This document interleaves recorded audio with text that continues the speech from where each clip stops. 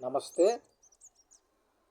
మనందరికీ తెలిసినటువంటి ఒక జీవిత సత్యము చెప్పనా? ఆలయంలోనికి తీసుకొని వెళ్ళే ప్రతి వస్తువు కూడా బయటకు వచ్చేటప్పటికి మారుతుంది.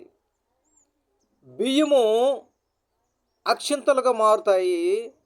కొబ్బరికాయ ప్రసాదముగా మారుతుంది. మరి నీరేమో తీర్థముగా మారుతుంది. పొంగలేమో నైవేద్యముగా మారుతుంది. ఇవన్నీ మారతాయి ఆలయం నుంచి బయటకు వచ్చిన తర్వాత. కానీ మనిషి మాత్రం మారడం లేదు. చూసారా ఎంత విచిత్రమో!